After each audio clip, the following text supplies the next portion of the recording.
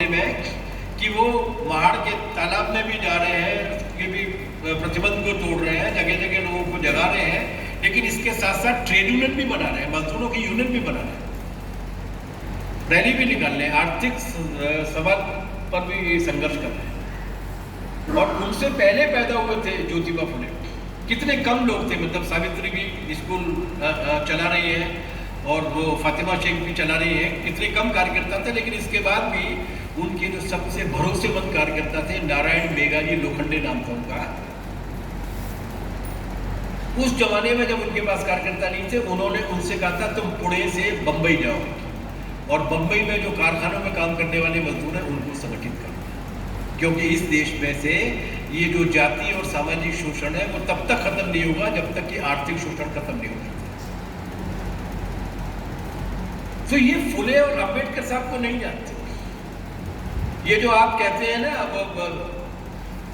और एक अंबेडकर को तो इन्होंने भुला ही दिया है। अंबेडकर एक ऐसे क्रांतिकारी रिफॉर्मर है, सुधारक है, जिन्होंने जाति प्रथा की जड़ पर चोट की है। कोलंबिया यूनिवर्सिटी में जो उन्होंने पीएचडी की थीसिस की है, वो भी छपकर आई है, उसमें वो बड़ी मार्के की बात कहते हैं और वो ये कहते हैं कि ये जाति प्रथा निरंतरित कैसे रहती है, कंटिन्यू कैसे रहती है। उन्होंने कहा ये स्त्री के जरिए कंटिन्यू रहती है। इस जाति प्रथा की जीवंतता की सबसे बड़ी वजह है औरत को जिस तरीके से गुलाम बना के रखा गया। इसलिए स्त्री मुक्ति का काम सबसे पहले एजेंडे पर होना चाहिए। अंतरजातीय विवाह, विधवा विवाह और स्त्री पर जितनी बंदिशें मतलब लगा दी गई है कि वो सोच भी नहीं सकती अपने कुल कुटुंब से बाहर जाकर विवाह करने के मामले में या जीवन को अपने जीवन के मामले में, ये सारी बंदिशें हटनी चाहिए, तब जाति प्रथा को खत्म किया जाएगा। अपने व्यक्तिगत जीवन में भी लागू किया, प्रोत्साहित भी किया उन्होंने लोग। आपको किसी अस्मितावादी अम्बेडकरवादी कहने वालों के एजेंडे पर औरत का सवाल मिलता है? नारी पर होने वाले हमलों को लेकर कभी वो सक्रिय होते हैं? नहीं। तो अम्बेडकर उनके लिए जाति खत्म करने वाले नहीं है, अम्बेडकर उनके लिए वर्ग संघर्ष करने वाले नहीं है, अम्बेडकर उनके स्त्री मुक्ति वाले नहीं है, उनके अम्बेडकर केवल उनके पोलिंग एजेंट है। वायसराय की काउंसिल पर है 1942 से लेकर 46 तक। बहुत सारे लोग कहते हैं वायसराय की काउंसिल में क्यों गए थे, क्या गए थे? इस फालतू की बहस को करने के बजाय ये देखो कि कर क्या रहे थे वो। 8 घंटे काम का कानून अंबेडकर की पहल पे बना।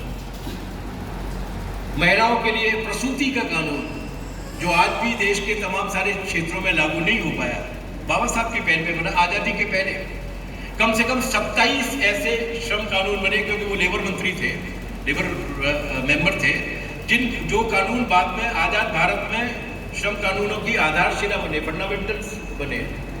ऐसे अनेक कानून बनाए, रिजर्व बैंक की कल्पना की। बिजली जो है वो सुविधा नहीं है, बिजली जो है वो मतलब जिसको कहते हैं ना कुछ लग्जरी नहीं है, ऐश्वर्य नहीं है, बिजली मनुष्य होने की पहचान है।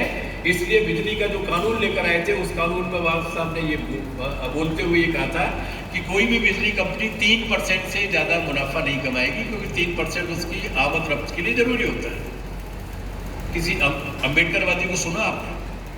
उन्होंने असली अम्बेडकर को पूरी तरीके से भुला दिया है, और वो थे जो प्रगतिशील चेतना की बात करते थे।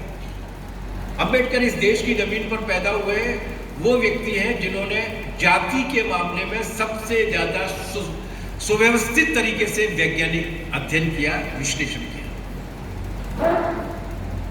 जाति को समझने के लिए, जाति को खत्म करने के लिए। इस प्रश्न में भी हम देखते हैं तो क्या लोग कहते नहीं, वो तो वो वामपंथियों को मतलब लाल झंडे और नीले झंडे को अलग अलग रखने के पक्षधर है। क्या जानते हैं वो अम्बेडकर के बारे में?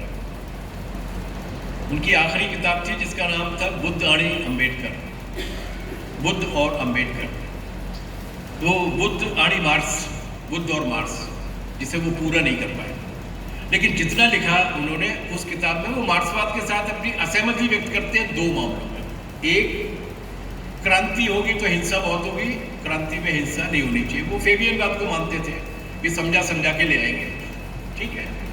दूसरी बात ये मानते थे कि क्रांति के बाद ये लोग कांग्रेस लोग जो है ना वो सरवारा का अधिनायकत्व की सरकार बनाना चाहते हैं, जिसमें 5% लोगों के खिलाफ तानाशाही होगी, 95% का राज होगा, लेकिन वो गलत है। इन दो चीज़ों को छोड़कर वो मार्क्सवाद से असहमति व्यक्त करने के साथ साथ एक बड़ी बात बोलते हैं, और वो वाक्य बोलते हैं कि बुद्ध अपने जमाने के मार्क्स थे, मार्क्स आज के जमाने के बुद्ध हैं। तो अगर वो जानी दुश्मन होते तो इस तरीके की बात बोलते, वो भी तब जब उन्होंने बुद्ध धर्म को स्वीकार कर लिया था। उनकी असहमतियां थी जो एक फेबियन बात को मानने वाले व्यक्ति की एक अलग विचारधारा की प्रति हो सकती है, लेकिन मोटे तौर पर उनकी जो नजदीकियां थी वो उसी एजेंडे के साथ थी। जमीन के सवाल पर उनका और हमारा एजेंडा मिलता जुलता है। हम भी जमीन छीन कर बांटे जाने की बात करते हैं, बाबा साहब भी जमीन खरीद कर बांटे जाने की बात करते हैं। जमीन भूमि इनको मिलनी चाहिए, वो उसकी गुलामी की मुख्य जड़ है। शिक्षा मिलनी चाहिए, वो गुलामी की जड़ है।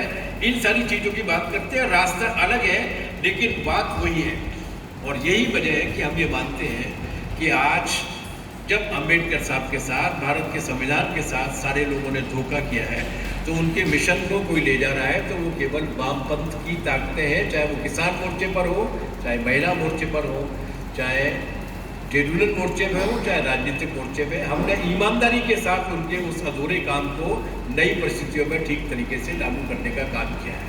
ये है तीसरा विमर्श, जनवादी दलित विमर्श। और इस मामले में वो ज्यादा है,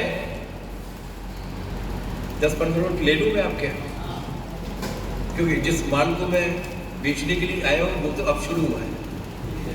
क्या है जनवादी दलित विमर्श? जनवादी सोच